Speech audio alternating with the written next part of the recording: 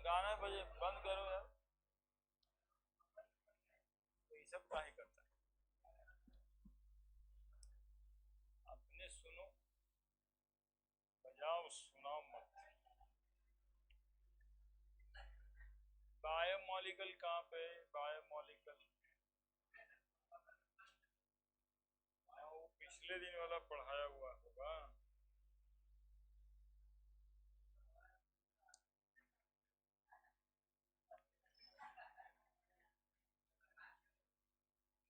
ठीक ही बता रहे हैं, बोल तो ठीक ही रहे हैं।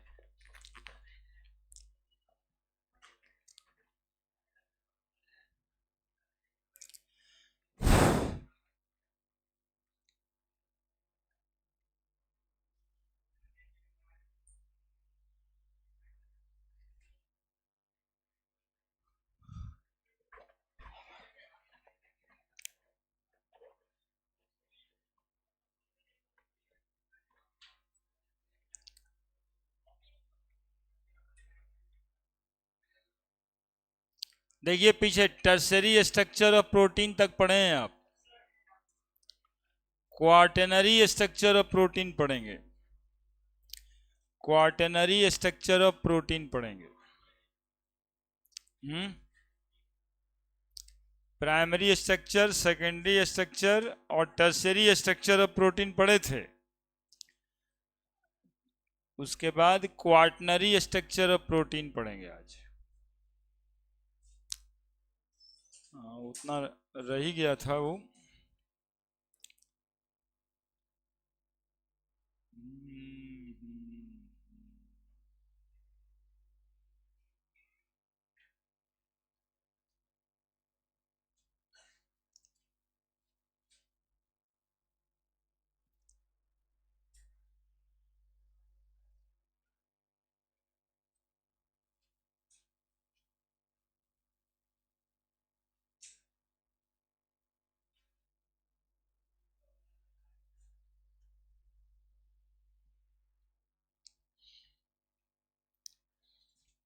क्वार्टनरी स्ट्रक्चर ऑफ प्रोटीन में ज्यादा कुछ नहीं होता है।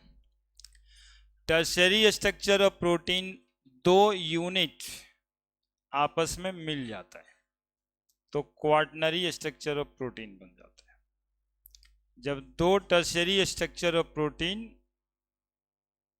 आपस में मिल जाए तो क्वार्टनरी स्ट्रक्चर ऑफ प्रोटीन बनता है। और फिर पढ़ना है हम लोग को डीनेचुरेशन ऑफ प्रोटीन, है ना। प्रोटीन का डीनेचुरेशन कैसे होता है, डीनेचर्ड प्रोटीन का मतलब क्या होता है। बस इतना से और बात प्रोटीन में जानना था।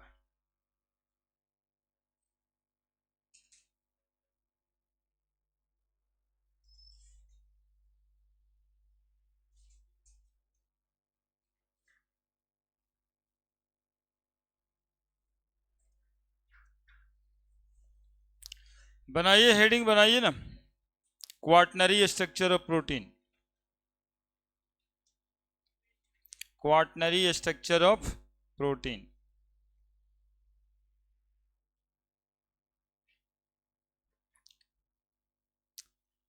Quaternary structure of protein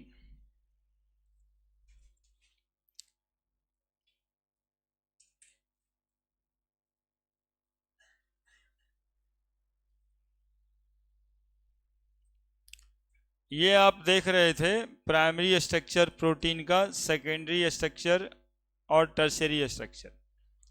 primary structure of protein में ये वाला पॉलीपेप्टाइड चेन था और वो दो पॉलीपेप्टाइड चेन आपस में इस तरह से जुड़ जाएगा तो सेकेंडरी स्ट्रक्चर बनेगा, या फिर इस तरह से जुड़ जाएगा तो सेकेंडरी स्ट्रक्चर बनेगा, जिसको अल्फा हेलिक्स और बीटा सीट लाइक स्ट्रक्चर बताए थे। तीसरा सेकेंड टर्शरी स्ट्रक्चर बताए थे कि इस प्रोटीन में जितने तरह के बॉन्डिंग होंगे, intermolecular hydrogen bonding, disulphide linkage, ionic force of attraction, van Waal force of attraction, ये सब मिल जाएगा तो जो स्ट्रक्चर ऑफ प्रोटीन बनेगा उसको कहेंगे tertiary structure of protein. And today is quaternary structure.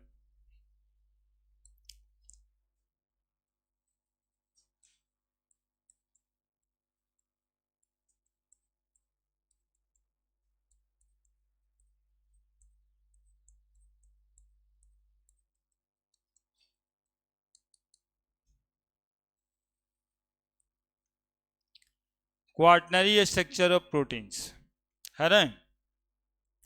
सारा प्रोटीन में ये स्ट्रक्चर नहीं होता है। Some of the protein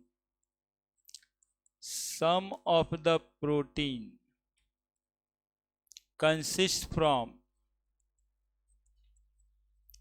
more than one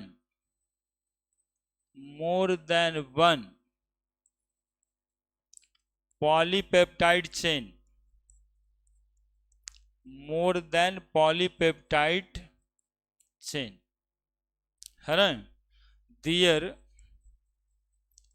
three dimensional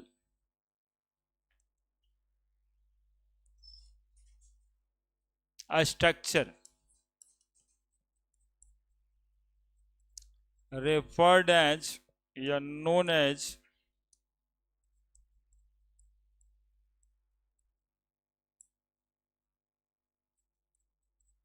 quaternary structure of protein।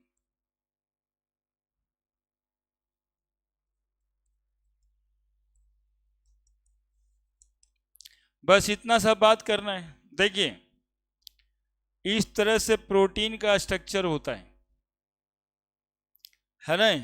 ये एक पॉलीपेप्टाइड चेन बनाए, ये एक पॉलीपेप्टाइड चेन बनाए, बीटा पेलिटेड या अल्फा हेलिक्स, ठीक है। और दूसरा पॉलीपेप्टाइड चेन इसी के साथ इस तरह से इंटरमिंगल हो गया। तो इस स्ट्रक्चर को हम क्या कहेंगे, क्या बोले इसमें कि एक पॉलीपेप्टाइड चेन था ये वाला जो अल्फा हेलिकल स्ट्रक्चर रख रहा होगा, और उसमें दूसरा पॉलीपेप्टाइड चेन अरेंज्ड हो गया, दोनों सब मिला करके। Some of protein consist from more than one polypeptide chain. कुछ एक प्रोटीन्स में यह स्ट्रक्चर पाया जाता है, कुछ एक प्रोटीन एक से ज्यादा पॉलीपेप्टाइड चेन से बनता है। There three dimensional structure known as, जिस तरह से भी अरेंज हुआ है इसको हम लोग क्या कहेंगे, क्वाटनरी स्ट्रक्चर ऑफ प्रोटीन कहेंगे। जल्दी से बना दीजिए। ये वन पॉलीपेप्टाइड चेन और ये second polypeptide chain.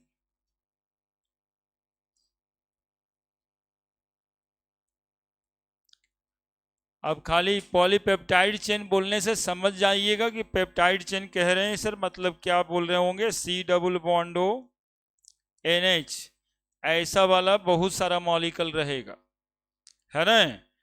Amino acid में कल याद होगा इधर में रहता है CH, R, C double bond O, फिर NH आता है, फिर इधर से खाली उधर से खाली, है ना। This refer to polypeptide chain, है ना। इसको कहेंगे पॉलीपेप्टाइड चेन, जो धागा जैसा बनाए, पॉलीपेप्टाइड चेन। हाँ हाँ पहला ही लिखो जल्दी से।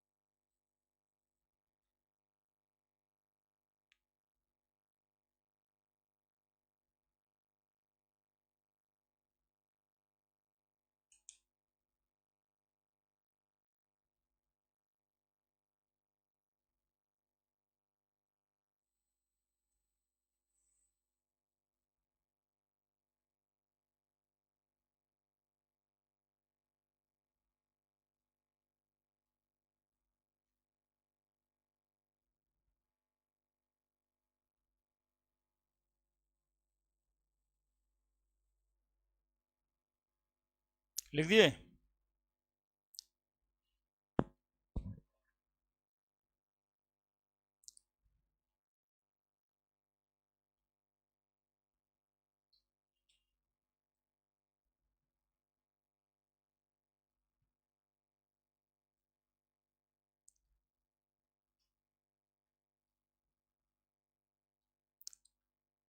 Now the denaturation of protein, है ना। ये स्ट्रक्चर सारे प्रोटीन को नहीं होता है। सारे प्रोटीन को कैसा स्ट्रक्चर होगा? Tertiary structure of protein. कुछ प्रोटीन को, जो प्रोटीन एक से ज्यादा पॉलीपेप्टाइड चेन से बने होते हैं, एक से ज्यादा पॉलीपेप्टाइड चेन से बने होते हैं, यानी 2 पॉलीपेप्टाइड चेन से, और 2 पॉलीपेप्टाइड चेन जिस तरह से अपने आप को 3 डायमेंशनली अरेंज करेगा, उसी अरेंजमेंट को कहते हैं quaternary structure of protein. Clear है? 2 पॉलीपेप्टाइड चेन आपस में जिस तरह से अपने आप को अरेंज्ड करेगा, उसी अरेंजमेंट को कहते हैं quaternary structure of protein. Next, denaturation of protein.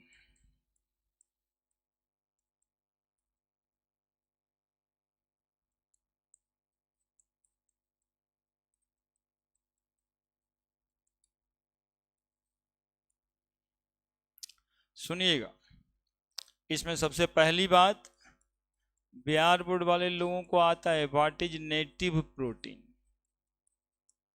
नाम सुना है जी? देख ही नहीं रहा वो क्वेश्चन में, देखे तब न सुनेगा। एटम बम पे विश्वास है? Yes sir.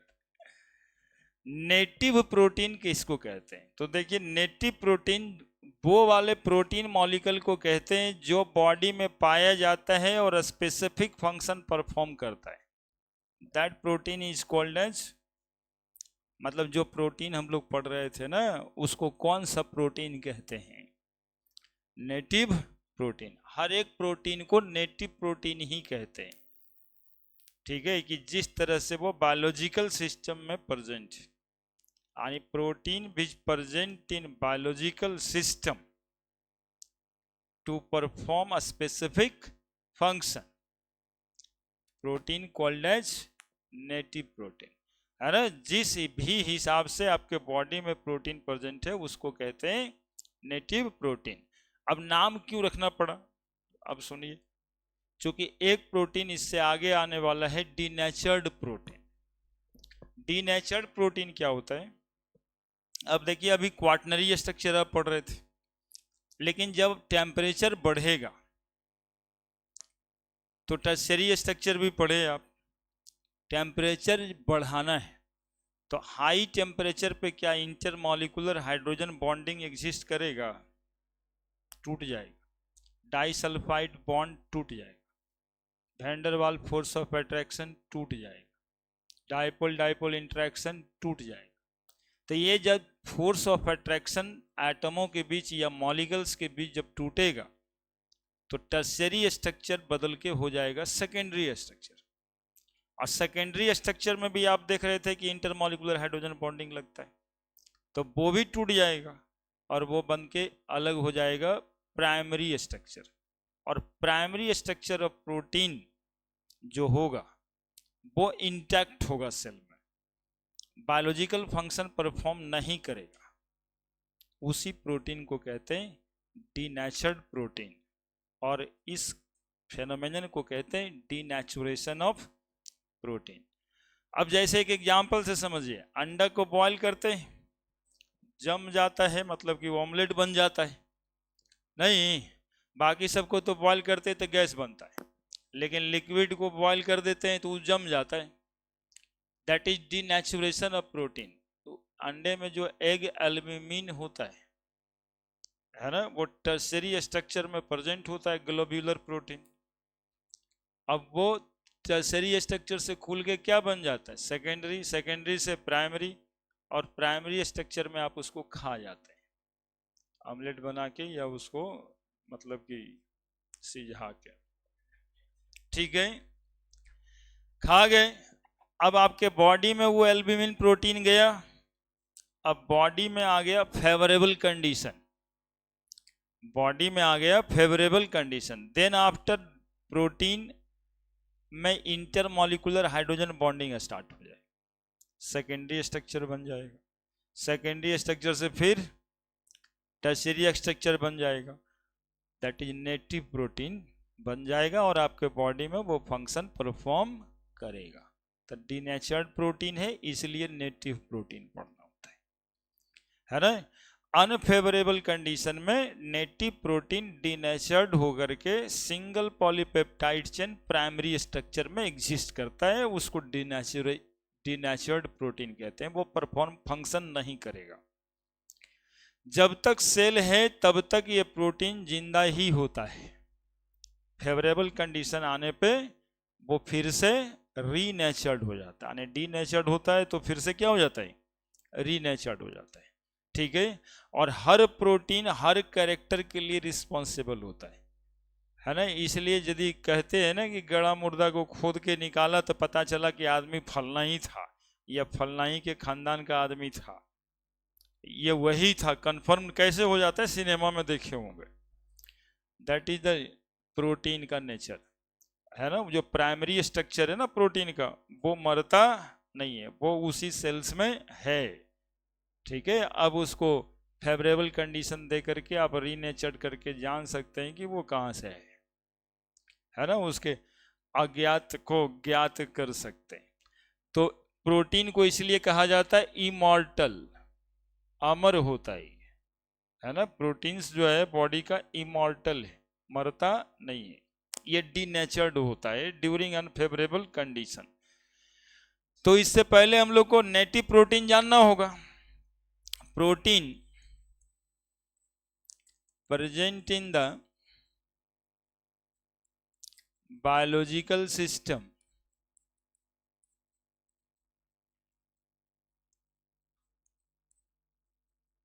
performing a specific function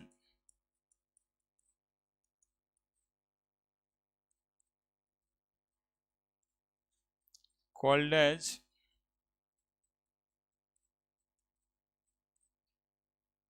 native proteins। ठीक है। During unfavourable,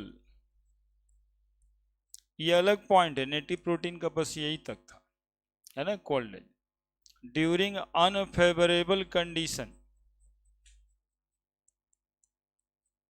like change in temperature. Change in temperature लिखे, ज्यादा हॉट कर दीजिए तब भी, ज्यादा कोल्ड कर दीजिए तब भी, और चेंज इन प्रेशर नहीं, चेंज इन पीएच, और both coils of protein uncoil, folding of polypeptide chain, power of hydrogen. PH 7 होता है, पीएच 7 से कम 7 से ज्यादा, एसिडिक बेसिक, वो वाला पीएच। बताइए क्या दिन आ गया, पीएच का फुल फॉर्म पूछे। Both coil of protein uncoil, folding of polypeptide chain,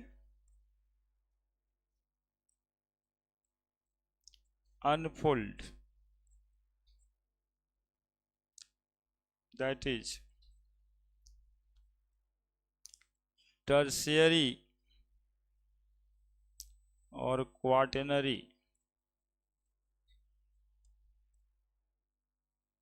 structure of protein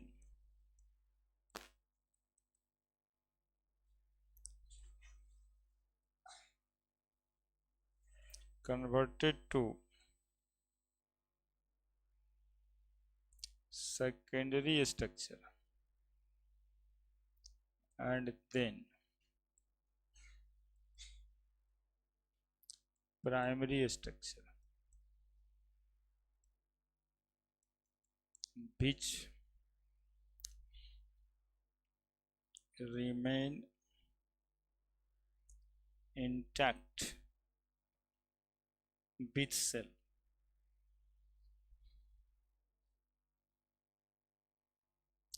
doesn't perform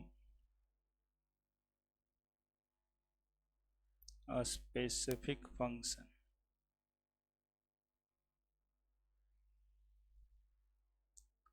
The protein called as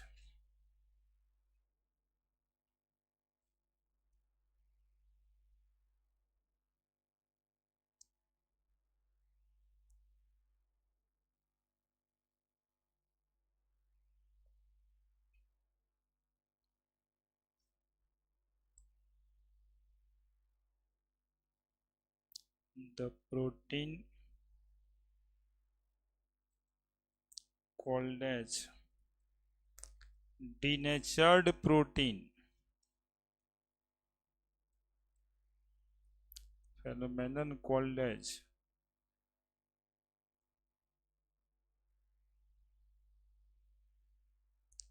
denaturation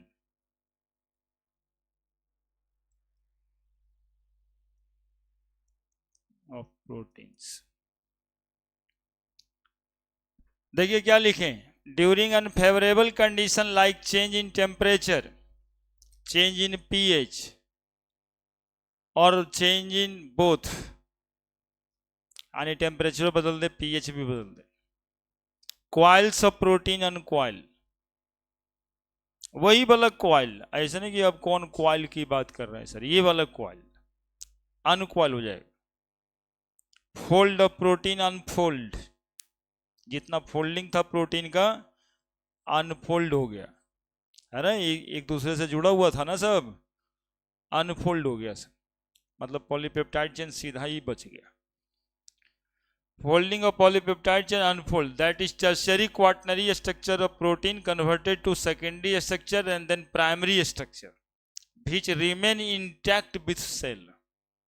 primary structure का कुछ नहीं होगा. Does not performing specific function, और ये बॉडी में बायोलॉजिकल सिस्टम में perform भी नहीं कर रहा कोई फंक्शन. इस प्रोटीन को हम डिनेचर्ड प्रोटीन कहेंगे, फेनोमेनन को डिनेचुरेशन ऑफ प्रोटीन कहेंगे. ये आप प्रैक्टिकली देख सकते हैं. अंडा बॉयल करने के बाद जो अंडे में, बॉयल अंडे में प्रोटीन होगा वो डिनेचर्ड प्रोटीन होगा. दूध से दही जम जाता है, दही में जो प्रोटीन होगा वो डिनेचर्ड प्रोटीन होगा.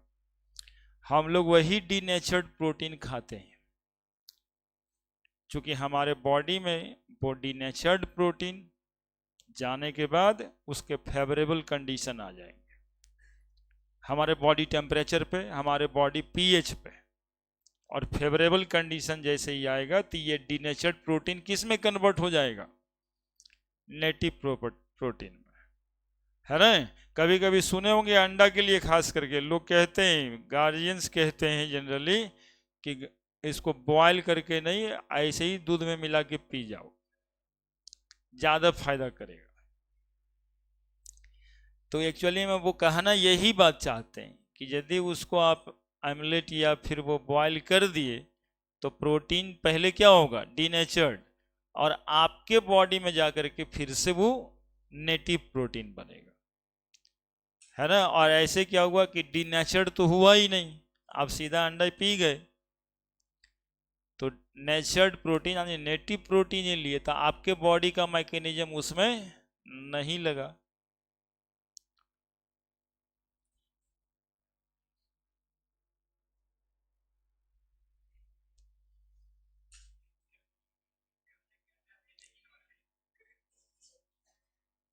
अब दही बना के खाते हैं, दही में जो प्रोटीन है डीनेचर्ड प्रोटीन है, वो बॉडी में जाकर के फिर से क्या होगा, रीनेचर्ड होगा.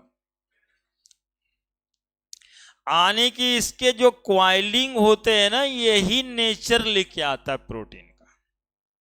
कहने का मतलब केमिस्ट्री से ये जो intermolecular hydrogen bonding disulphide linkage लगता है और प्राइमरी स्ट्रक्चर को सेकेंडरी और टर्शियरी स्ट्रक्चर और क्वाटनरी स्ट्रक्चर में जो कन्वर्ट होता है इस बॉन्डिंग के वजह से, वही प्रोटीन का नेचर ले आता है. ठीक है. तो डीनेचुरेशन और रीनेचुरेशन एक रिवर्सिबल प्रोसेस है. अब कल समझा रहे थे तो कहता है इसका मतलब है सर दूध से दही बनेगा और फिर दही से दूध भी बन जाएगा। बन जाएगा जी। हम ऐसा बोल रहे हैं, रिवर्सिबल का मतलब थोड़े ना ऐसा बोल रहे हैं कि दही से दूध बन जाएगा। हम तो ये बोल रहे हैं कि दही में जो डीनेचर्ड प्रोटीन है वो आपके बॉडी में जाएगा तो फिर वो नेटिव प्रोटीन बन जाएगा। आप देखिए, प्रोटीन बनना है। हाँ देखो, अभी अभी भी बताया ना। तो हम क्या पढ़ाएं आपको कि नेटिव प्रोटीन, नेटिव प्रोटीन क्या हो जाएगा, डीनेचर्ड प्रोटीन में कन्वर्ट हो जाएगा और डीनेचर्ड प्रोटीन नेटिव प्रोटीन में कन्वर्ट हो जाएगा। ये कब होगा? द अनफेवरेबल कंडीशन में। ये कब होगा? फेवरेबल कंडीशन में। फेवरेबल लिखे हैं, है ना। अनफेवरेबल कंडीशन में क्या होगा? अनक्वाइल होगा, अनफोल्ड होगा। डीनेचर से नेटिव प्रोटीन आने में क्या होगा? क्वाइलिंग होगा, इनफोल्डिंग होगा, है ना। हाइड्रोजन बॉन्ड टूटेगा, हाइड्रोजन बॉन्ड ब्रेक करेगा और इसमें क्या होगा? हाइड्रोजन बॉन्ड बनेगा, हाइड्रोजन बॉन्ड बनेगा, फॉर्म करेगा। बस यही तो बात है डीनेचर्ड प्रोटीन और native protein. Example of denaturation of protein.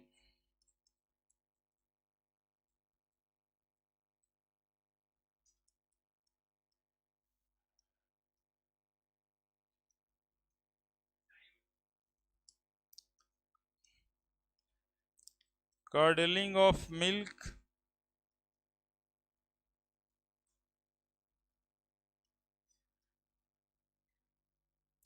coagulation of egg, दूध का जम जाना, कर्डलिंग, और एग का कोगुलेशन, है ना। तो जब कोई पूछे कि भाई सब कुछ को बॉयल करते हैं तो वो वेपर या गैस बन जाता है, लेकिन अंडा जो है लिक्विड से सॉलिड बन जाता है, तो आप कहिएगा वहाँ पे फिजिकल फेनोमेनन नहीं हो रहा है, वहाँ पे केमिकल फेनोमेनन हो रहा है और वो मॉलिक्यूल का hydrogen bonding disulphide linkage break हो रहा है, इसलिए उसका नेचर बदल जा रहा है। दैट इज केमिकली चेंज हो जा रहा है, वो फिजिकली सॉलिड से गैस या लिक्विड से गैस नहीं बन रहा है ना। कोगुलेशन ऑफ एग, एग का जमना, फिजिकल चेंज की केमिकल चेंज? ये केमिकल चेंज, ये फिजिकल चेंज नहीं है ना। ये फिजिकल चेंज नहीं है, बॉइलिंग पॉइंट मेल्टिंग पॉइंट पे नहीं आएगा।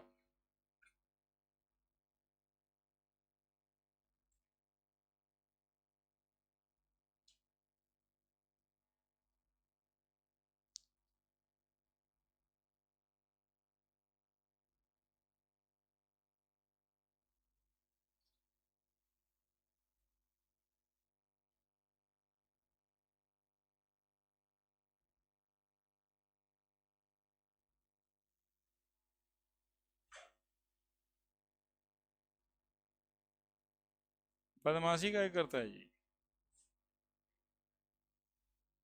हैं?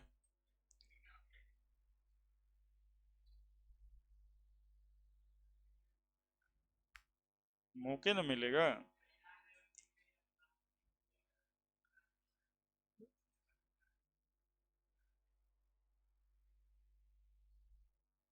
फ्राइडे को बुलाएंगे ना।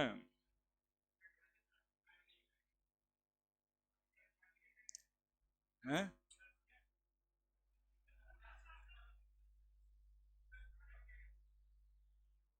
उसी दिन खाने पीने के लिए बुला ले।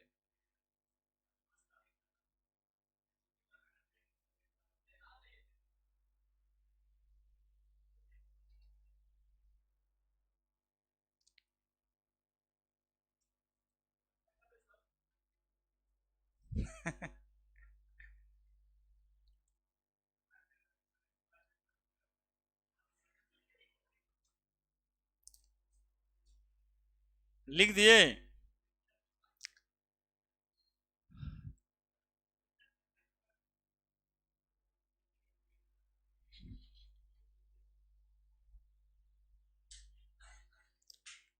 हो गया।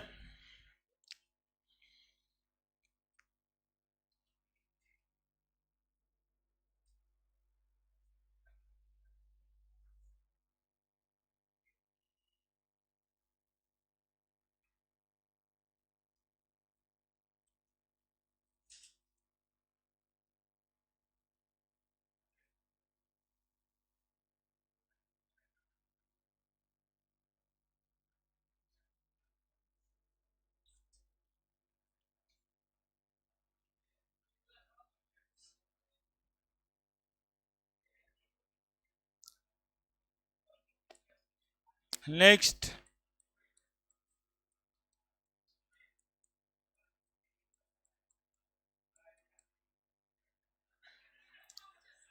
न्यूक्लिक एसिड है ना, एंजाइम तो कैटलिस्ट, बायो कैटलिस्ट। एंजाइम तो इतना सर लिखा ही हुआ है यार। कैटलिस्ट का जो काम था वही enzyme is a bio catalyst.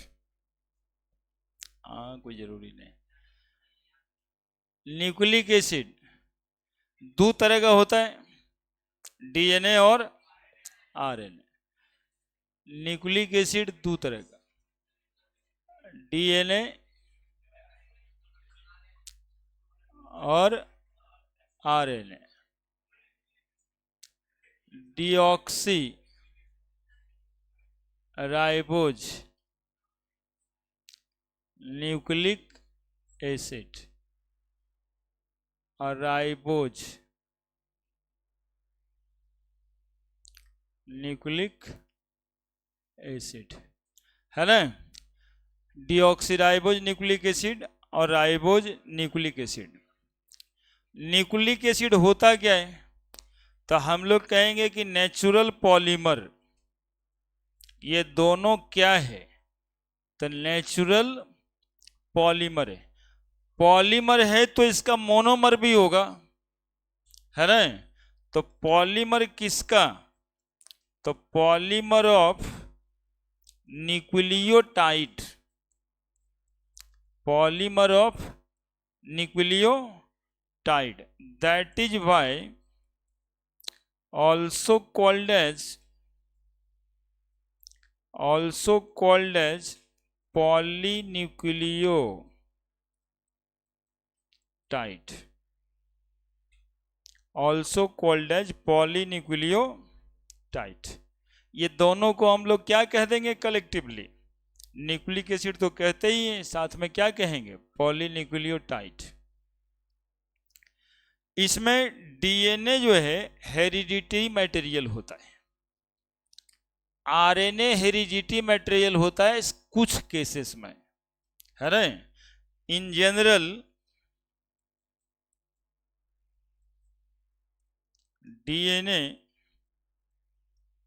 is the hereditary material of living being, while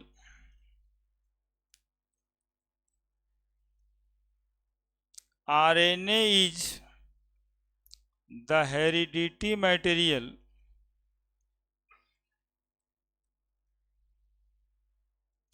in some viruses, in some virus only। देखिए डीएनए जो है हेरिडिटरी मटेरियल है, पूरे लिविंग बीइंग का। लेकिन आरएनए हेरिडिटी मटेरियल नहीं है, कुछ वायरस में है। और ये जो वायरस में जो हेरिडिटी मटेरियल है ना, वो सब खतरनाक वाला वायरस HIV में है, जिससे एड्स होता है। कोरोना वायरस में है ना। हाँ, एक रूबेला वायरस होता है जिससे रेबीज होता है।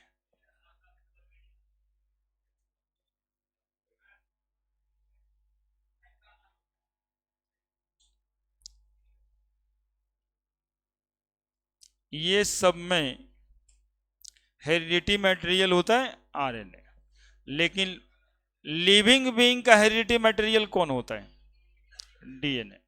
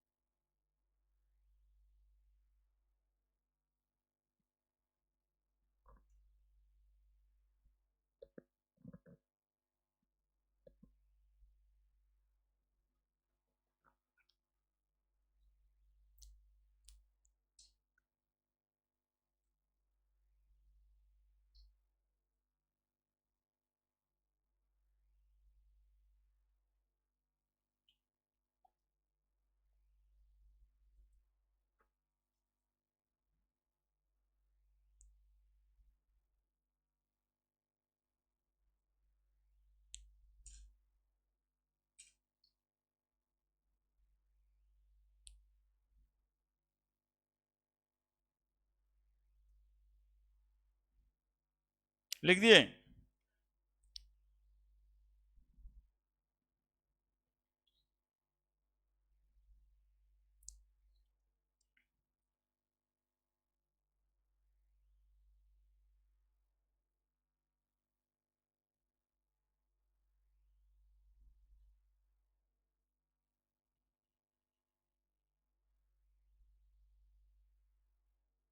लिख दिए? Now the chemical composition of nucleic acid। बढ़े?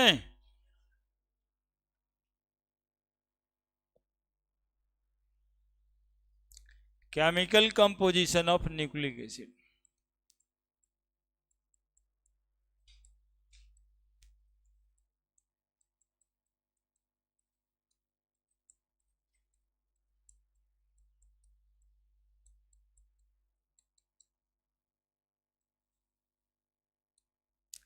Chemical composition of nucleic acid, है ना। तो nucleic acid chemically composed of polynucleotides, है ना। Chemically composed of nucleotide. अब देखो, सुनेगा सब, न्यूक्लियोटाइड में दो बातें होती है। न्यूक्लियोटाइड में दो बातें होती है, दो बात होता है। न्यूक्लियोसाइड होता है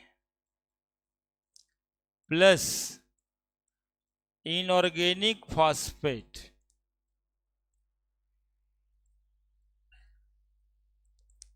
PO4 3- और ज्यादा कुछ नहीं। एक्चुअली में फास्फोरिक एसिड ही होता है, लेकिन वाटर में वो हाइड्रोजन दिए रहता है, तो PO4 3-। ठीक है। न्यूक्लियोसाइड जो है ये दो तरह का होता है, मतलब दो चीज से बना होता है। इसमें दो चीज क्या होता है, तो एक शुगर होता है और दूसरा नाइट्रोजिनस बेस होता है। यानी कि कुल मिला के न्यूक्लियोटाइड तीन चीज से बना होता है, शुगर, नाइट्रोजनस बेस और इनऑर्गेनिक फॉस्फेट। एनबी लिखते हैं इसको। शुगर जो है दो न्यूक्लिक एसिड में दो तरह का है। एक शुगर में राइबोज होता है राइबो न्यूक्लिक एसिड में, और डी ऑक्सीराइबोज होता है डीएनए में, यानी ये आरएनए में होगा, ये शुगर डीएनए में होगा। फॉर्मूला C5H10O5 ही होता है और इसका फॉर्मूला C5H10O4 होता है। मतलब एक ठो ऑक्सीजन कम है, that is by D oxy लगा हुआ, डी मतलब रिमूवल।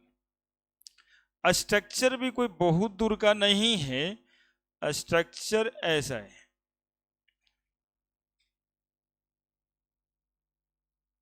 है ना, 5 कार्बन वाला रिंग बना दिए, H इधर OH इधर, H इधर OH इधर, है ना, OH इधर H इधर, H इधर CH2OH इधर।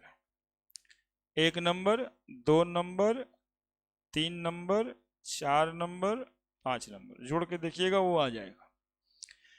डीऑक्सीराइबोज में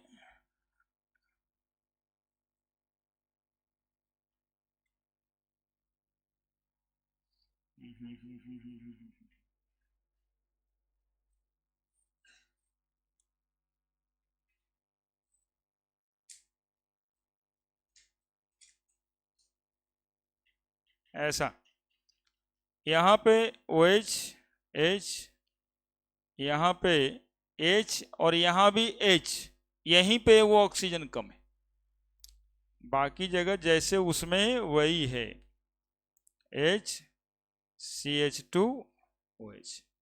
आपको दिखाई दे रहा होगा कि दूसरे नंबर कार्बन पे H है और यहाँ पे OH, यही वो ऑक्सीजन है जो कि कम है। ठीक है। नाइट्रोजनस बेस भी दो तरीके का होता है, एक होता है प्यूरिन और दूसरा होता है पायरीमिडीन। प्यूरिन जो है ये भी दो तरह का होता है, प्यूरिन दो तरह का होता है। कौन कौन सा? एक होता है एडेनिन और दूसरा होता है गुआनिन। इसका सिंबल ए से, इसका सिंबल जी से, है ना, 1 लेटर सिंबल कहते हैं। और पायरीमिडीन भी दो तरह का होता है ऐसा ही मॉलिक्यूल है। और क्या, पायरीमिडीन दो तरह का, एक साइटोसिन होता है और एक थायमिन होता है। थायमिन के जगह पे एक जगह पे यूरेसिल होता है। यूरेसिल जब हुआ तब आरएनए कहलाया, और थायमिन जब हुआ तो डीएनए कहलाया। बाकी तो न्यूक्लिक एसिड है ही ये दोनों में। अब यहां पर दिखाई दे रहा होगा दो वो डिफरेंस है। डीएनए में डीऑक्सीराइबोज शुगर है, डीएनए में एक नाइट्रोजनस बेस थायमिन है, आरएनए में राइबोज शुगर है और नाइट्रोजनस बेस यूरेसिल है। बाकी सब कुछ सेम है, डीएनए और आरएनए। ठीक है। नाइट्रोजनस बेस में नाइट्रोजन होता ही होता है और उसी के मॉलिक्यूल्स का नाम है प्यूरिन और पायरीमिडीन। प्यूरिन कहते हैं एडेनिन, गुआनिन को। याद रखना PUGA, देखो क्या है पूरा, है ना पूजा। तो प्यूरिन, हाँ पूजा ही तो है। प्यूरिन हो गया, प्यूरिन हो गया, गुआनिन और एडिनिन। चार नाम में, पांच नाम में कंफ्यूजन नहीं होगा कि प्यूरिन कौन सा है, पैरिमिडिन कौन सा है। तो गुआनिन और एडिनिन प्यूरिन है, साइटोसिन, थायमिन या यूरेसिल क्या है, ये पैरिमिडिन है। लिखिए।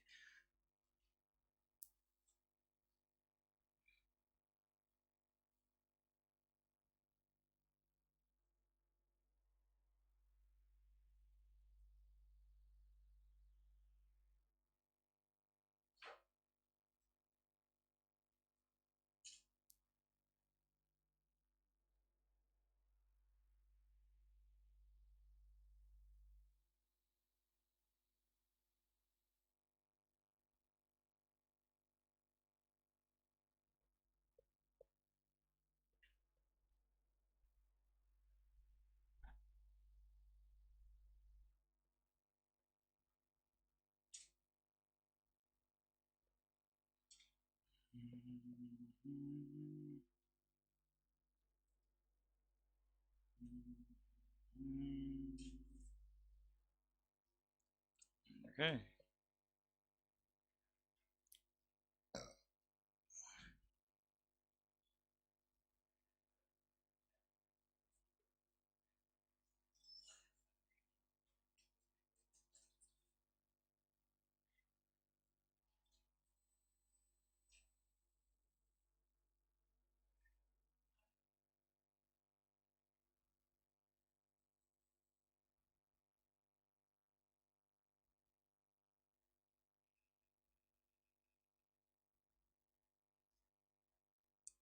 हेरिडिटरी मटेरियल मतलब समझता है ना सब्जी, अनपढ़ ना मैथ वाला सब। Inheritance of character from one generation to another generation. हाँ। हाँ तो मैथ वाले को ही बता रहे हैं, इतना तो जानता ही होगा ना। तब इतना काहे नहीं जानेगा। कहाँ प्रेजेंट होता है, तो क्रोमोसोम्स में। क्रोमोसोम कहाँ प्रेजेंट होता है, न्यूक्लियस में।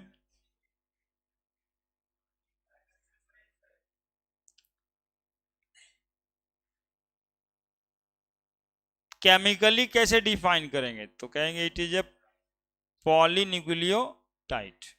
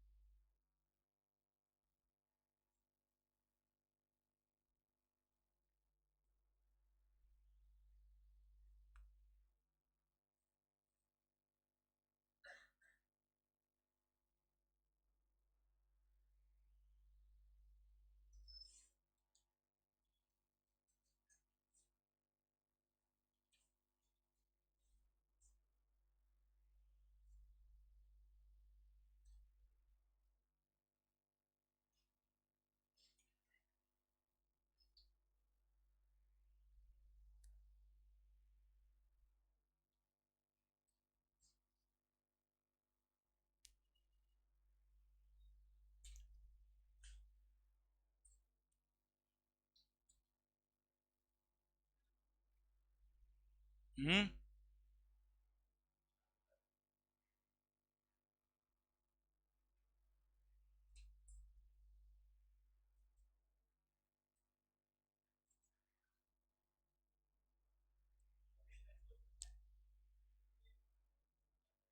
हम्म। भेज देंगे।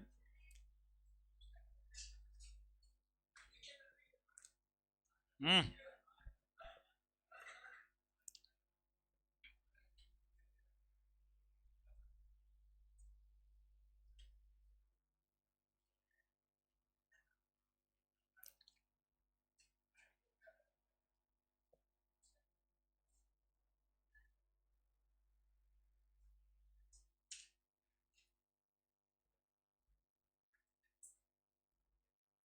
हो गया।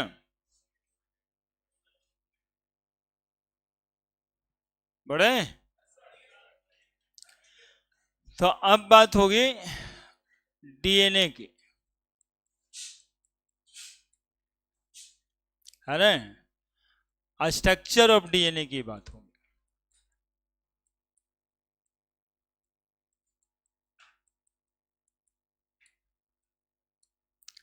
तो डीएनए या स्ट्रक्चर ऑफ डीएनए में सबसे पहले डीएनए, तो अब लिखता है यदि व्हाट इज डीएनए तो क्या कहिएगा? DNA is polynucleotide, DNA is polynucleotide, chemically it consists chromosomes responsible for hereditary material that is inheritance of character from one generation to। DNA define हो गया, है ना। बिहार बोर्ड में तो ऐसे ना चलाता है जी व्हाट इज डीएनए। अब व्हाट इज डीएनए, डीएनए होता क्या है, ये सवाल है। तो आपको बात तो करना पड़ेगा उसमें जाकर करके। तो डीएनए यानी डीऑक्सीराइबो, उतना जो बात की है ना दोनों न्यूक्लिक एसिड के लिए बात की है, अब सिर्फ डीएनए के लिए। Deoxyribo nucleic acid is the chemical composition of, chemical composition of, किसका केमिकल कंपोजिशन है? Chromosome present in nucleus of a cell responsible for hereditary material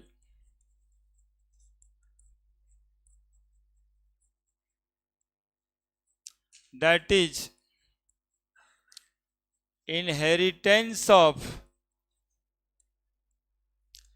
character from one generation to, from one generation to another।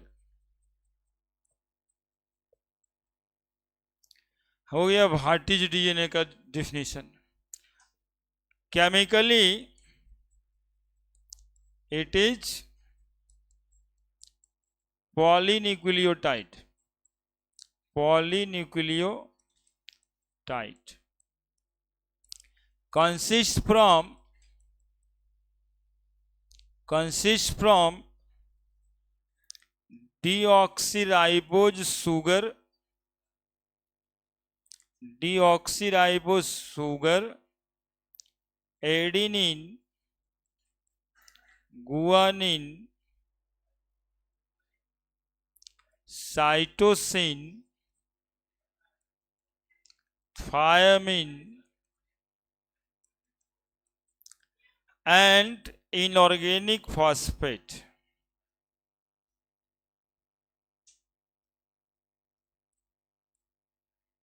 अरे नम्मा याद करने पे ध्यान दो रे गधा सब, है ना। डीऑक्सीराइबोस शुगर है, adenine, guanine, cytosine, thymine molecule और साथ में क्या, inorganic phosphate. Chemically it is polynucleotide, polynucleotide है और ये बना हुआ होगा डीऑक्सीराइबोस शुगर से। इसमें कोई नाइट्रोजनस बेस होगा और साथ में इनऑर्गेनिक फॉस्फेट होगा।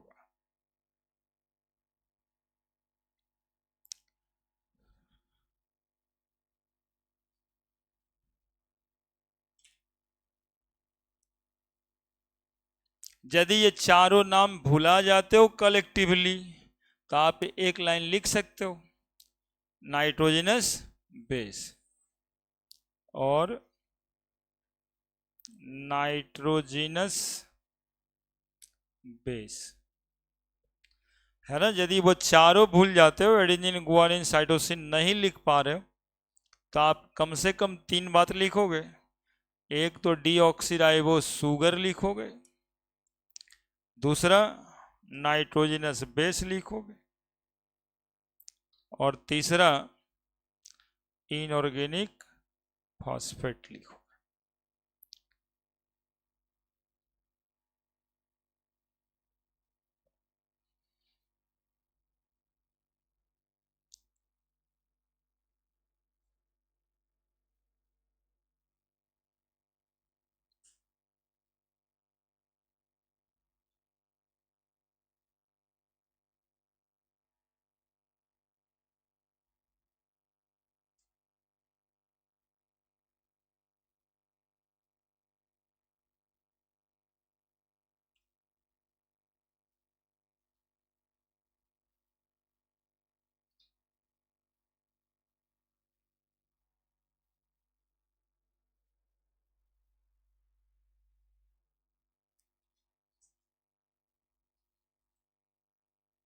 ठीक है,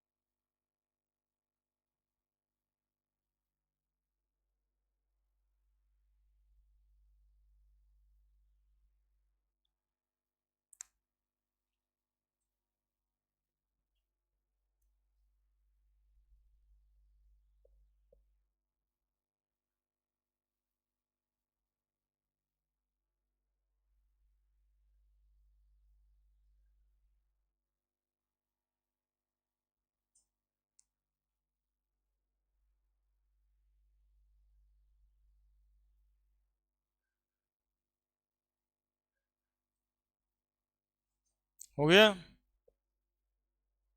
स्ट्रक्चर ऑफ डीएनए जो है given by,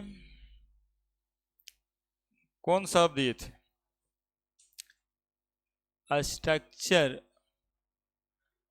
of DNA given by Watson and Crick,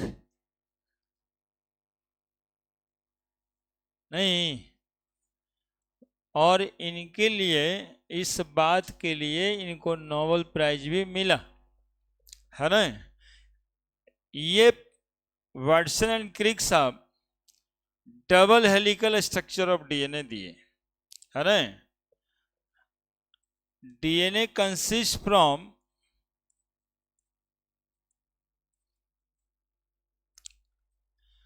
double helical structure in which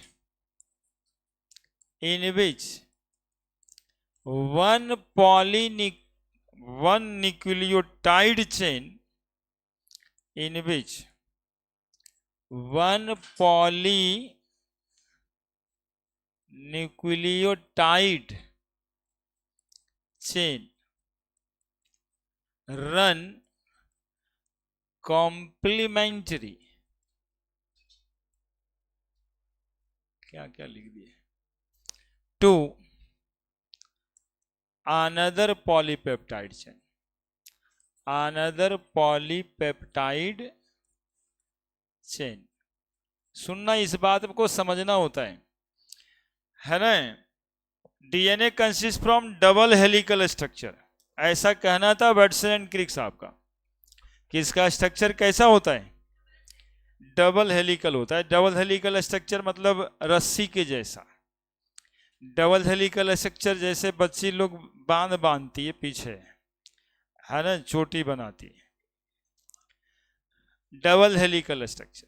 अब जो ये डबल हेलिक्स बनेगा, ऐसे बनेगा, देखें, ऐसे ऐसे बनेगा, है ना। यही डीएनए का स्ट्रक्चर प्रपोज्ड हुआ, जिसमें एक चेन, अभी जो बात करेंगे वो इंपॉर्टेंट होगा, एक चेन 3 और 5 एंड पे चल रहा है, एक चेन 3 और 5 एंड पे चल रहा है, तो दूसरा चेन 5 नहीं, 3 इधर और 5 इधर चलेगा। ये 3 5 और 3 5 क्या है, तो 3-5 लिख देने। ये दोनों चेन क्या है, तो इसको कहते हैं कंप्लीमेंट्री ऑफ ईच अदर, एक दूसरे का ठीक उल्टा है। In which one polypeptide chain run complementary to another polypeptide chain that is one in 3 5 direction. 3 5 समझना है हम लोगों को। Then other in 5-3 direction. ठीक है। अगला ये बात कहे हैं, सुनिएगा, कि nitrogenous base of one polynucleotide chain, nitrogenous base of one polynucleotide chain make pair with nitrogenous base of another polypeptide chain. Nitrogenous base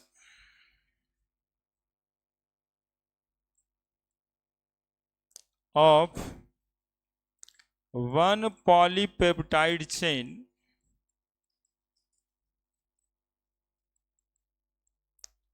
make pair through intermolecular hydrogen bonding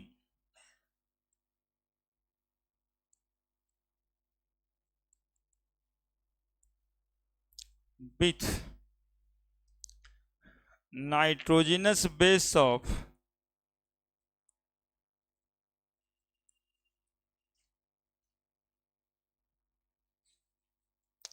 other polypeptide chain.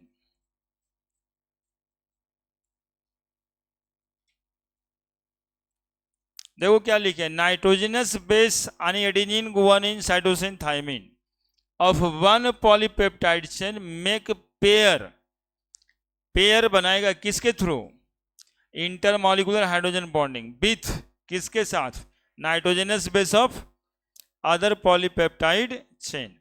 और इसमें ध्यान रखना है एक बात, example करके, कि adenine जो है वो थायमिन के साथ बेस पेयर बनाएगा डबल हाइड्रोजन बॉन्डिंग से।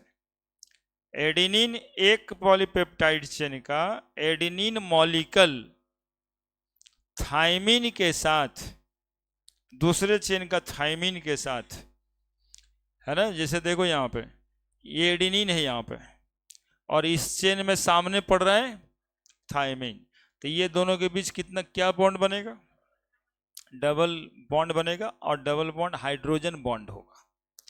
जानते हो क्यों होगा, क्योंकि एडेनिन में NH होगा कार्बन कार्बन के चेन में, और थायमिन में C डबल बॉन्ड O होगा, तो इसका डबल बॉन्ड O है ना, इसका C डबल बॉन्ड O और उसका NH, ये दोनों के बीच में दो जगह पे इधर N आएगा, दो जगह पे इधर से C आएगा, तो डबल बॉन्ड बनेगा। उसी तरीके से गुआनिन के साथ ट्रिपल बॉन्ड बनेगा साइटोसिन का, है ना। Adenine base pair with thymine by 2 hydrogen bond, cytosine या guanine form base pair with each other by forming triple hydrogen bond. अगला पॉइंट होगा, लिखो जल्दी।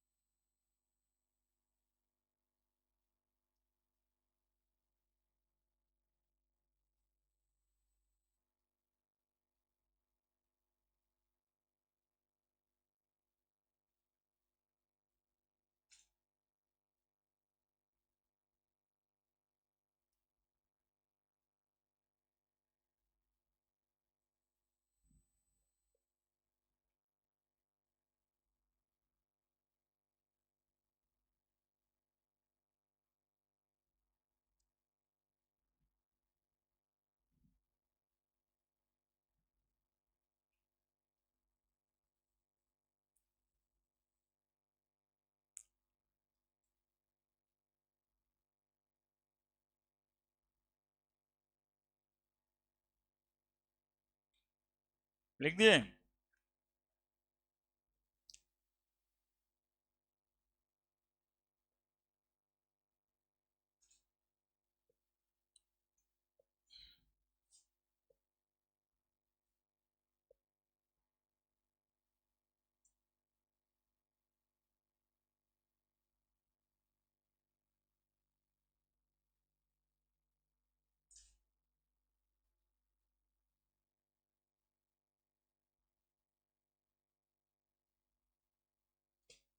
लिखे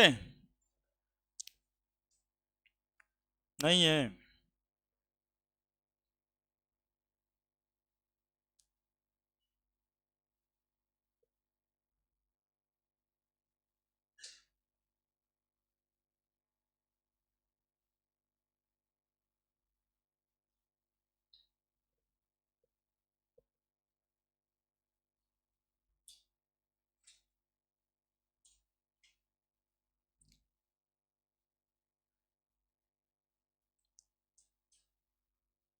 इतना कम मोबाइल तुम देख रहे हो यार।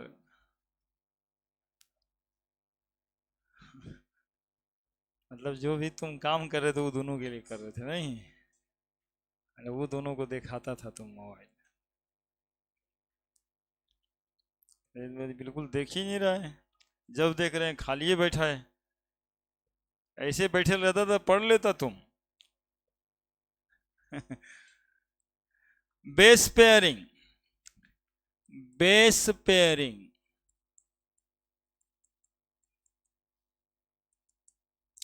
है ना? Base pairing, adenine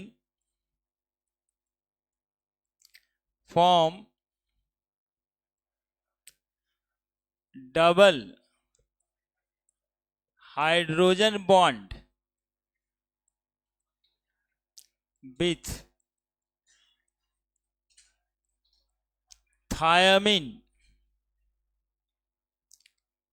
while cytosine form triple hydrogen bond with guanine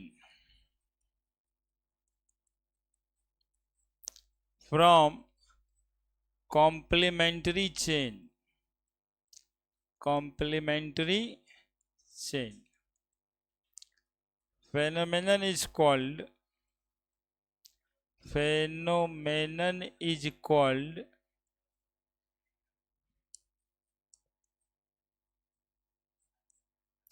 base pairing. इसी फेनोमेनन को हम क्या कहते हैं? बेस पेयरिंग कहते हैं। एडेनिन डबल हाइड्रोजन बॉन्ड बनाएगा। ठीक है, सुनना। अब देखिए को सीबीएसई बोर्ड में क्वेश्चन आता है, 2-3 बार दिखा गया कि अपॉन हाइड्रोलाइसिस ऑफ डीएनए, है ना, upon hydrolysis of DNA there will be found that equal amount of adenine, guanine and cytosine, thiamine. What information it given? इससे क्या इंफॉर्मेशन आपको मिलता है? कह रहा है सवाल कि हाइड्रोलिसिस किए हम डीएनए का, तो जितना प्यूरिन मिल रहा है उतना ही पायरिमिडीन मिल रहा है। गुआनिन, एडेनिन, प्यूरिन था, साइटोसिन, थायमिन, पायरिमिडीन है। जितना एडेनिन है उतना ही गुआनिन है। इससे क्या इंफॉर्मेशन आपको मिलता है? इससे आप क्या कहना चाहते हो? वो इस तरह का लॉजिक बैठाता है। तो आप ये कहना चाहते हैं कि डबल हेलिकल स्ट्रक्चर होता है डीएनए का। कैसे? तो एक तरफ से जितना एडेनिन आ रहा है उतना ही दूसरे तरफ से क्या आएगा? थायमिन आएगा।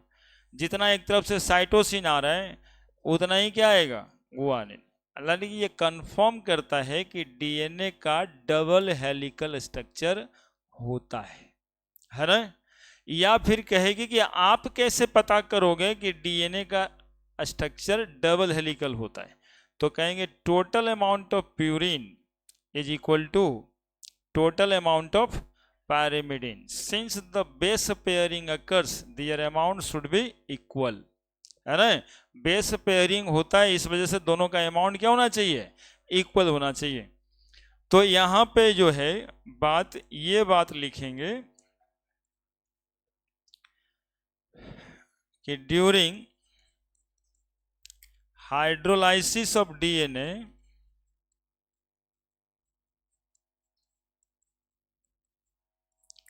we observe that the equal amount of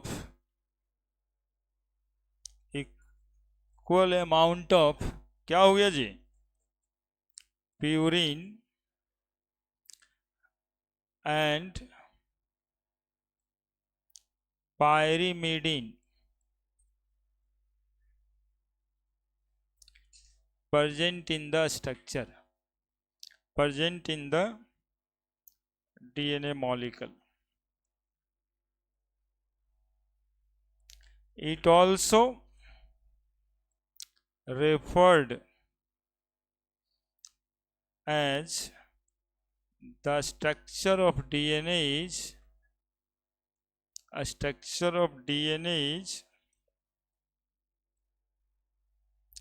double helix. देखिए लिखिए, during hydrolysis of DNA we observe that the equal amount of purine and pyrimidine present in the DNA molecule. It also referred as the structure of DNA is double helix. इससे ये proof होता है कि DNA का जो chain है वो अकेले नहीं है, वो डबल हेलिक्स है. यानी कि चोटी जब बनता है तो जितना बाल इधर उतना ही बाल उधर होता है, तब दोनों को मिला के बांधते हैं तो वो यूनिफॉर्म होगा.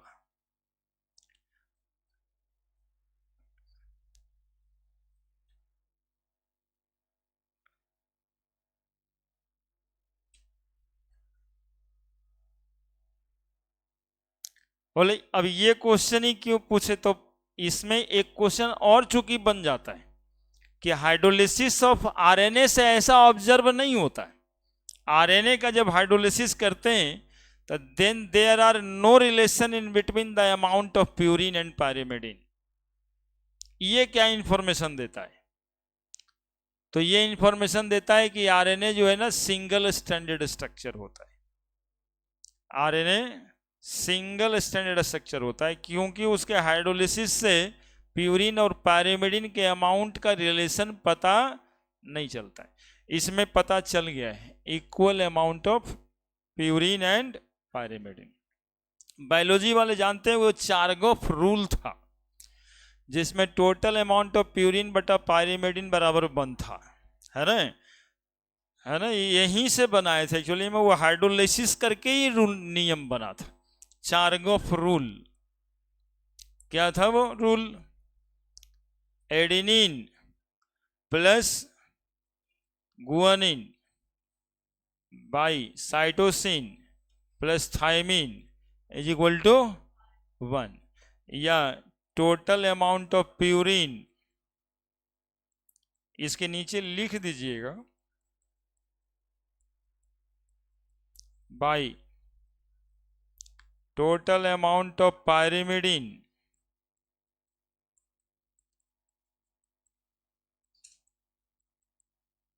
इज इक्वल टू 1, है ना. इससे ये पता चलता है, हाइड्रोलिसिस ऑफ डीएनए से ये पता चलता है कि प्यूरिन और पायरिमिडीन का अमाउंट इक्वल है.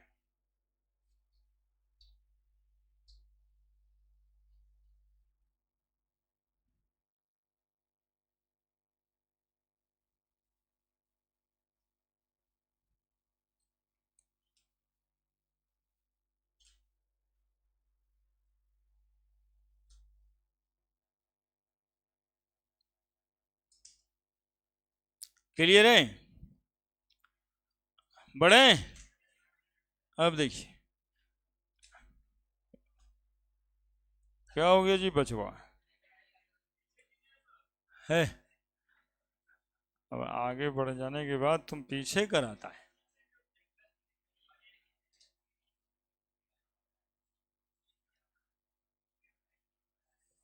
हम्म।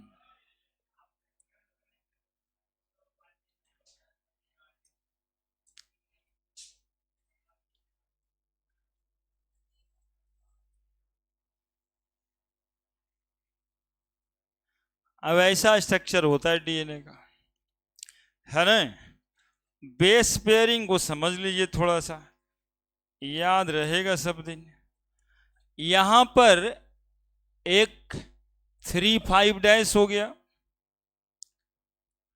तो इधर 3 डैश 5 डैश हो गया। वो स्ट्रक्चर बना के भी दिखा देंगे हम, 3 डैश 5 डैश क्या होता है। इधर देखो एक चेन में इधर से आएगा एडिनिन, तो इधर से आना है थाइमिन। इधर से आ रहा है थाइमिन, तो इधर से आएगा एडिनिन। इधर से आ रहा है साइटोसिन, तो इधर से आएगा गुआनिन। इधर से यदि फिर साइटोसिन ही आ रहा है, तो इधर से आएगा गुआनिन। 4 दिखाई दे रहा है। पांचवा पे चेन ओवरलैप कर गया है। ये जो इंटरमॉलिक्यूलर हाइड्रोजन बॉन्डिंग हुआ, इंटरमॉलिक्यूलर हाइड्रोजन बॉन्डिंग जो ए और टी के बीच हुआ, ए टी के बीच हुआ, सी टी जी के बीच हुआ, सी जी के बीच हुआ, है ना। हालांकि थोड़ा डॉटेड लाइन रहता तो ज़्यादा अच्छा था। हाइड्रोजन बॉन्डिंग डॉटेड लाइन से ही दिखाया जाता है। पांचवा पे चेन क्या कर जाएगा, ओवरलैप कर जाएगा। और फिर 5 के बाद फिर एगो T, A C ji, T A जी सी, है ना। इस तरह से, इस तरह से 3 गो बॉन्ड यहाँ पे और 2 गो बॉन्ड यहाँ पे, 3 गो बॉन्ड यहाँ पे। अब ये बात जानना, क्या सर ये भी याद करेंगे, तो नहीं, ये याद नहीं करना है। ये किसी भी 2 ह्यूमन बीइंग का सेम नहीं हुआ आज तक। ये किसी भी 2 मानव का सेम नहीं हुआ। इवन अपना ही दोनों बच्चा जो एक ही साथ आइडेंटिकल ट्विंस कहिए, उसका भी एग्जैक्टली सेम नहीं होता है। This method is use for DNA fingerprinting. यही मेथड से डीएनए फिंगरप्रिंटिंग होता है कि एग्जैक्टली कौन था, इसी इसी सीक्वेंस से पता चल जाता है। जानते हैं, एक एक जो है ना, ये पूरा का पूरा ये एक ग्रुव कहते हैं डीएनए का, दैट इज मेजर ग्रुव। और इसमें 10 बेस पेयर होता है ना। डीएनए का ये क्या हो गया, मेजर ग्रुव हो गया। और इसमें कितना बेस पेयर होगा, 10 नाइट्रोजिनस बेस पेयर, है ना। बाकी आप लोगों को जरूरत नहीं है, ऐसे ही इसके बीच का डायमीटर ये कितना बड़ा होता है, ये सब जानना रहता है। चलिए डीएनए, हाँ तब क्या करना है,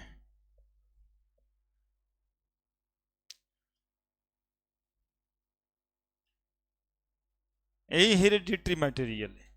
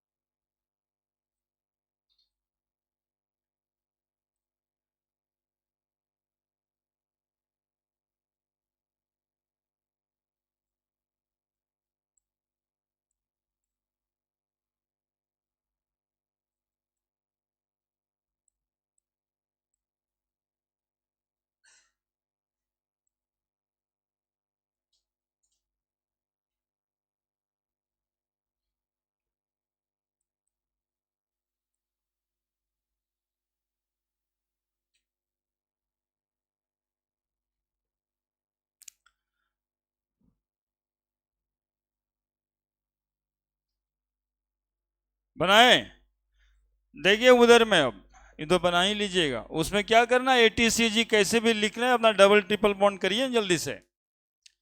ये देखिए ये वाला चीज, इसको थोड़ा सा जानिएगा तब। वैसे डरते डरते ही लिखे हैं आप लोगों से, बनाते नहीं। ये देखो कोई ना कोई नाइट्रोजनस बेस होगा, सिंबॉलिक नाइट्रोजनस बेस बनाए।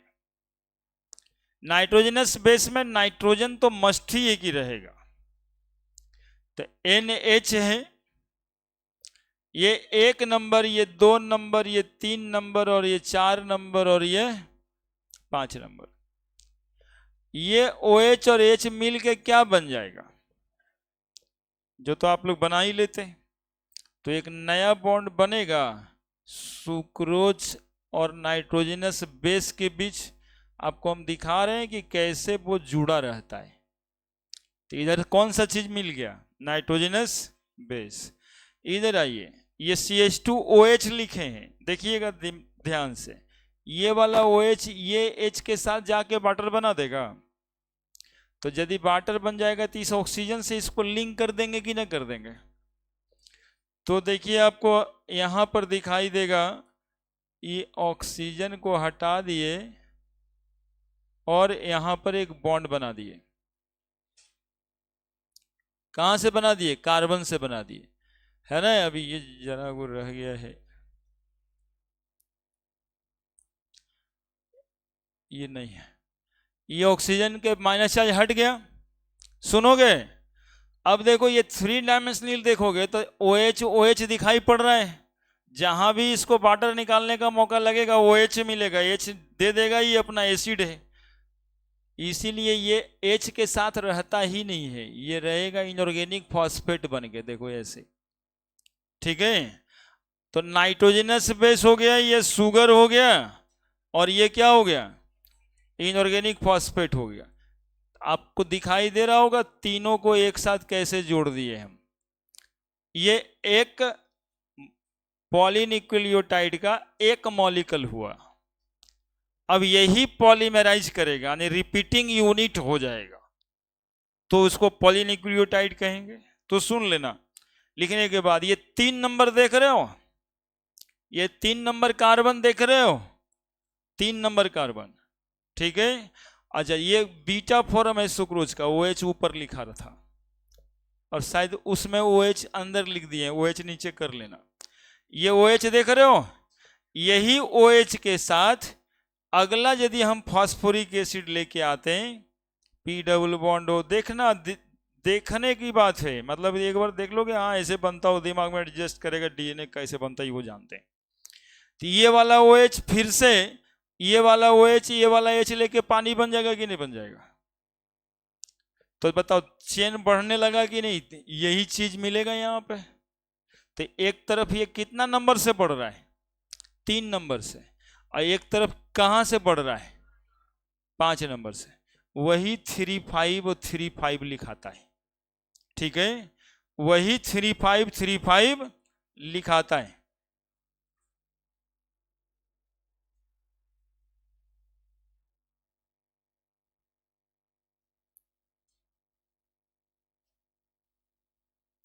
इधर लिख करके N कर दें, ये इधर से बढ़ते रहेगा और ये इधर से, समझ गए। पॉलीन्यूक्लियोटाइड कह देंगे, होल इन पॉलीन्यूक्लियोटाइड। थोड़ा सा ध्यान दो नरे, रुको ना, काहे के बकाता है, इसको मिटा दें। ये वाला देखो, ये जुड़ता हुआ दिखाई दे दिया आपको, 3 डैश और 5 डैश। बेस पेयरिंग का केमिस्ट्री बस इतना है बच्चा कि यदि एडेनिन है और यहां पर नाइट्रोजन कोई दिख जाए, उसमें हाइड्रोजन, यहाँ C डबल बॉन्ड O दिख जाए, तो इधर से C डबल बॉन्ड O वाला एक चेन आएगा, इधर से NH वाला एक चेन आएगा, तो इसके साथ बॉन्डिंग कर लेगा कि नहीं कर लेगा। तो जब एडेनिन और थाइमिन रहता है ना, तो 2 जगह ऐसा सीक्वेंसेस आता है जहां से हाइड्रोजन बॉन्डिंग थाइमिन के साथ हो जाए। और यहाँ यदि साइटोसिन लिखा रहेगा तो 3 जगह सीक्वेंस बनेगा जहां से गुआनिन के साथ ट्रिपल बॉन्ड बन जाए, है ना। केमिकली मात्र इतना ही बात है, यही लैंग्वेज में लिख के समझा दिए। चलिए, मतलब कि ये चेन देख रहे हैं, वो चेन में इतना सारा बात है। उस चेन का एडेनिन पड़ रहा है, थायमिन पड़ रहा है, ये सामने सामने, है ना। बहुत खतरनाक टाइप का मॉलिक्यूल है। सोचिए ना कि अभी तक ये लैब में तो नहीं बन पाया। लोग जान तो रहे हैं कि ये बनता इतना ही चीज से, लेकिन लैब में डीएनए बना दीजिए, जब इतनी चीज से बनता है तो देवी देवता का कृपा अभी भी इसी में लगा हुआ है। हाँ? अब अभी तुम युवा है, बाद में रिसर्च विसर्च करो, बनाओ जल्दी जल्दी। आरएनए के लिए 2 लाइन लिखना पड़ेगा यार, ऐसे मतलब सोचते नहीं हो कि खत्म हुआ है कि नहीं हुआ है। आरएनए का चेन सिंगल स्टैंडर्ड होता है, लिखोगे ना, ये डबल स्टैंडर्ड है। आरएनए के चेन को हाइड्रोलाइज करेंगे तो कोई रिलेशन प्यूरिन पायरिमिडिन के बीच नहीं मिलेगा। ये सब 2 4 लाइन लिखने दो हमको।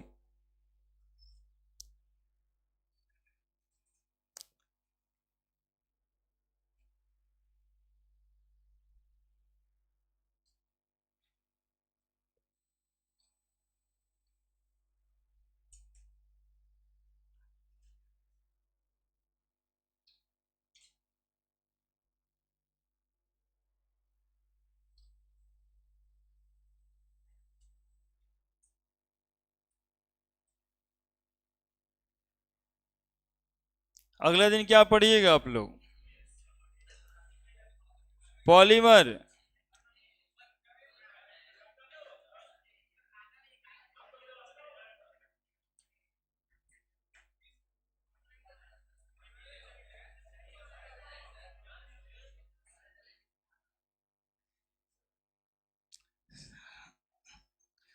मतलब पॉलीमर आप लोग नहीं पढ़िएगा?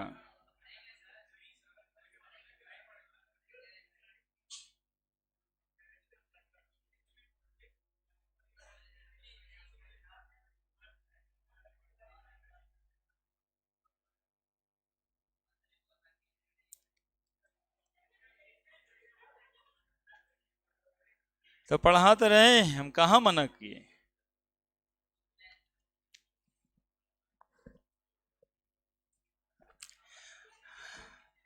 पढ़ा तो रहे।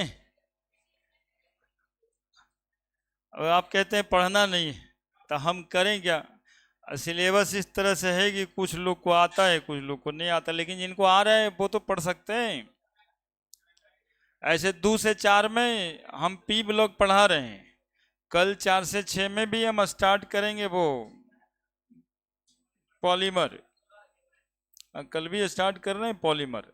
यदि आप लोग कहिएगा तो परसों पॉलीमर हम पढ़ा देंगे। हाँ, रबर का मोनोमर आता है आपके बिहार बोर्ड में। हाँ, अब नंबर का क्या कहेंगे। हाँ, 70 में, अब 35 की जब बात करेंगे तो ढेरे पढ़ लिए। आरएनए, आरएनए के लिए 2 4 लाइन लिख दीजिए, तब जो है। काहे इसे सूख सूख गया है।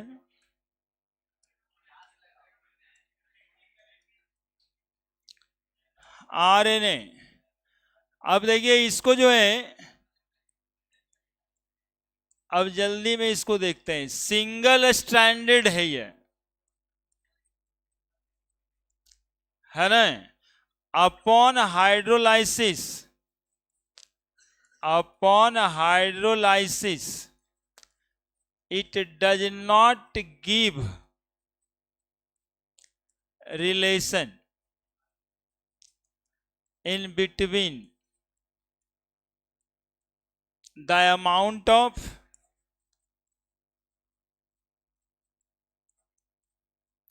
purine and pyrimidine। Upon hydrolysis, it does not give relation in between the amount of purine and pyrimidine. अब पूछेगा ना कि ये हाइड्रोलिसिस से कुछ रिलेट नहीं कर पाया, तो बताइए इससे क्या इंफॉर्मेशन आपको मिला। तो आप कह दीजिएगा कि आरएनए जो है सिंगल स्ट्रैंडेड होता है। ठीक है। Does not responsible for heredity material in all living being, responsible for protein synthesis. RNA का काम क्या है? Responsible for protein synthesis, protein synthesis only. Chemically क्या, किस चीज से बना है? आरएनए डीएनए में अंतर भी पूछा जाता है बाबू। केमिकल कंपोजिशन में क्या क्या लिखिएगा? Chemically it consist of, chemically it consist of, देखो यहां पे लिख रहे हैं ribose sugar plus nitrogenous base. Nitrogenous base में ना क्या क्या रहेगा?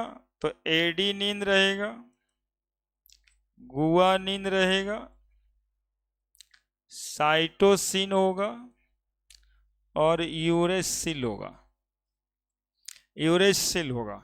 Ribose sugar plus nitrogenous base plus inorganic phosphate होगा।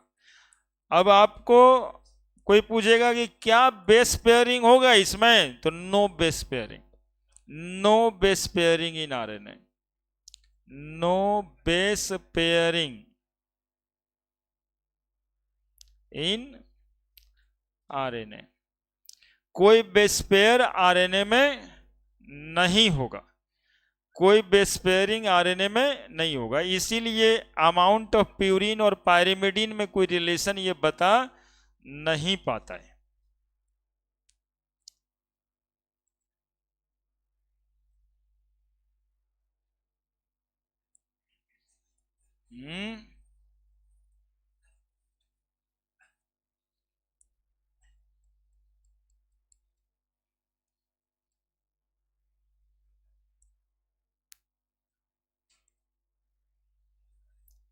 हाँ बस हो ही गया ना।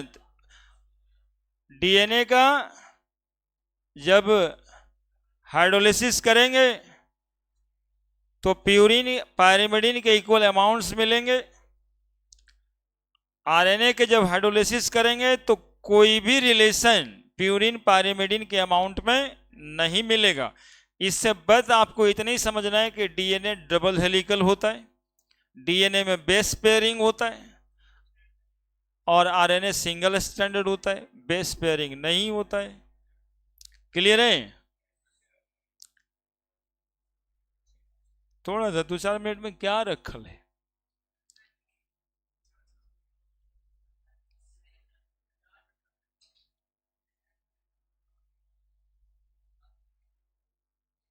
तो यही दिक्कत है।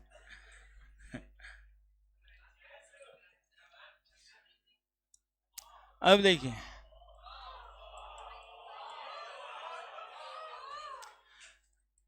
आप लोग के लिए लिखना पड़ता है, यही सब सवाल आता है रिलेशन बिटवीन डीएनए आरएनए।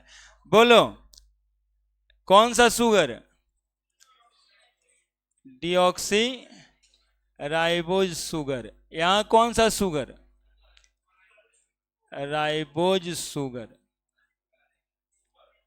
और बोलो thymine as nitrogenous base, thymine as nitrogenous base. Difference लिखना है, सिमिलरिटी नहीं। यहां पे uracil is the nitrogenous base.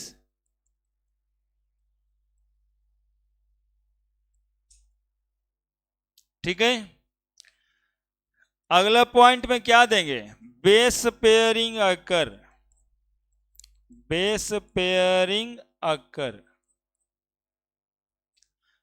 Base pairing does not occur, base pairing does not occurs. यही सब आपको डिफरेंस में छूट जाता है, इसलिए डिफरेंस बनवाए। बेस पेयरिंग इसमें होता है, उसमें नहीं होता है। तो बेस पेयरिंग होने के वजह से इसका स्ट्रक्चर जो है डबल हेलिकल स्ट्रक्चर, और इसका single stranded structure, single stranded structure है ना। Upon hydrolysis, upon hydrolysis it give total amount of purine is equal to total amount of pyrimidine.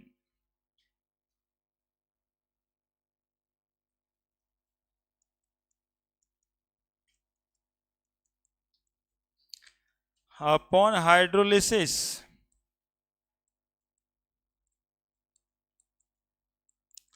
it does not give any relation in between amount of purine and क्या कर रहा है सब pyrimidine. सब तरीका तो सीखता ही रहता है, सब अच्छा वाला तरीका सीखे तब ना। Deoxyribose sugar, ribose sugar, thymine, uracil, base pairing occur, base pairing does not occur, double helical structure, single standard structure. Upon hydrolysis it give total amount of purine is equal to total amount of pyrimidine. ये 2-3 point आपको दिमाग में click नहीं करता है at the same time जब कहता है डिफरेंस लिखिए डीएनए आरएनए। आप क्या लिखते हो केमिस्ट्री वाले पेपर पे? Hereditary material and not hereditary material, है ना। उसके बाद लिखते हो inheritance of character from one generation to next generation, वहाँ लिखते हो does not inheritance of character. तो वो तो है ही है, तो केमिस्ट्री में डिफरेंस पूछ रहा है तो थोड़ा केमिस्ट्री जैसा लिख देना होगा। बायोलॉजी में पूछेगा तो वहां लिखिएगा हेरिडिटरी मटेरियल होता है, ये नहीं होता है ना। सेंट्रल डॉगमा हरगोविंद खुराना साहब दिए, तो एक लाइन में एक ठो क्वेश्चन वहां भी छिपा है, जल्दी से लिख के खत्म करो, है ना। आपकी मर्जी, आपको लिखना होगा हेरिडिटरी मटेरियल और नॉन हेरिडिटरी मटेरियल, तो हम रोकेंगे नहीं, वो एक पॉइंट आपका है, वो आप लिख लीजिएगा। हेरिडिटरी मटेरियल और नॉन हेरिडिटरी मटेरियल तो है ही है, वो तो कम से कम आप लिखवे करिएगा। बिहार बोर्ड में तो इसमें क्या लिखाएगा? डीऑक्सीराइबो न्यूक्लिक एसिड, वो लिखाएगा राइबो न्यूक्लिक एसिड, है ना। Hereditary material, not hereditary material, यही सब लिख लिख के 2-4 लाइन कुछ कुछ लिख देता है सब। अगला सेंट्रल डॉगमा, हाँ ये पता नहीं डॉगमा ही कहते हैं, अब इस पर ज़्यादा रिसर्च तो किए नहीं, ये क्या है वो सुन लीजिएगा। इस लाइन में प्रिंसिपल बेसिक्स ऑफ लाइफ है, बेसिक्स ऑफ लाइफ है इसमें बेसिक्स ऑफ लाइफ ये है कि डीएनए एक ऐसा मॉलिक्यूल है जो डीएनए को ही बनाता है, दैट इज लिविंग एक्टिविटी, और डीएनए से ही आरएनए बनता है, और आरएनए से प्रोटीन बनता है ना। ये हम नहीं, ये हरगोविंद खुराना भाई साहब बोले हैं। और डीएनए से डीएनए का जो बनना है उस प्रोसेस को क्या कहते हैं?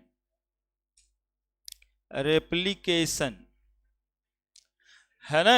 कभी कभी भी यार बोर्ड में उठ उठ के ये पूछ देगा डीएनए से डीएनए बने क्या कहते हैं, बीच ऑफ द फॉलोइंग, और 3 गो नाम लगेगा, तुमको पढ़े ही नहीं आज तक। डीएनए से आरएनए बनता है, क्या कहते हैं? ट्रांसक्रिप्शन। और आरएनए से प्रोटीन बनता है, ट्रांसलेशन। अब देखिए आप बड़े हो गए हैं, यहां से पता चलता है कि आरएनए से प्रोटीन बनता है, इसको ट्रांसलेशन कहते हैं। अदरवाइज बाबूजी तो हमेशा पूछते हैं राम आम खाता का ट्रांसलेशन बताओ लेकिन यहाँ ट्रांसलेशन का मतलब आरएनए से प्रोटीन का बनना है, ट्रांसलेशन से राम आम खाता है, राम इट्स मैंगो नहीं है ठीक है, आरएनए से प्रोटीन बनने के प्रोसेस को क्या कहते हैं? ट्रांसलेशन कहते हैं। और भाई साहब ही सेंट्रल डॉगमा जो बनाए हरगोविंद खुराना साहब ही बता दिए, ईच प्रोटीन ईच कैरेक्टर, एक प्रोटीन एक character, each protein each character, each protein each character. मतलब ये हुआ कि यदि आप दो भाई भी हैं तो दोनों में प्रोटीन अलग है तो दोनों का कैरेक्टर अलग होगा, दोनों का सारा कैरेक्टर सेम नहीं होगा। ईच प्रोटीन ईच कैरेक्टर, सबका डीएनए अलग, सबका आरएनए, सबका प्रोटीन। हाँ बस हो गया। फ्राइडे को आइए 4 से 6 में, कुछ सजेशंस भी दे देंगे, क्वेश्चन वोश्चन भी, और थोड़ा कुछ पार्टी वार्टी का इंतजाम सब कहता है कि कर दीजिए, खिलाना पिलाने का इंतजाम कर दीजिए। देखते हैं क्या खिलाते हैं। 4 से 6 में ही फ्राइडे, फ्राइडे को आ जाइएगा, ठीक है, फ्राइडे को उसी समय में। नहीं तो कुछ ऐसे ही कुछ बातचीत हो जाएगा। क्लास क्या रहेगा, पॉलीमर तो पढ़ा ही दिए, 2 से 4 पढ़ाएंगे फ्राइडे को, नहीं कोई क्लास नहीं रहेगा। 4 बजे आइए ना फ्राइडे को, फ्राइडे को आप लोग को भी बता रहे हैं, वो इनविटेशन टाइप का है। हाँ, हाँ, आ जाइएगा फ्राइडे। हाँ चलिए फ्राइडे। हाँ कुछ बच्चों का मन है कि नहीं अकेले से हम लोग थोड़ा सा नाच गा के, आप समोसा खिलाइएगा तो समोसा ही खाएंगे, लेकिन नाच गा के खाएंगे। अरे आइए, आइए फ्राइडे को। हाँ तो ठीक है।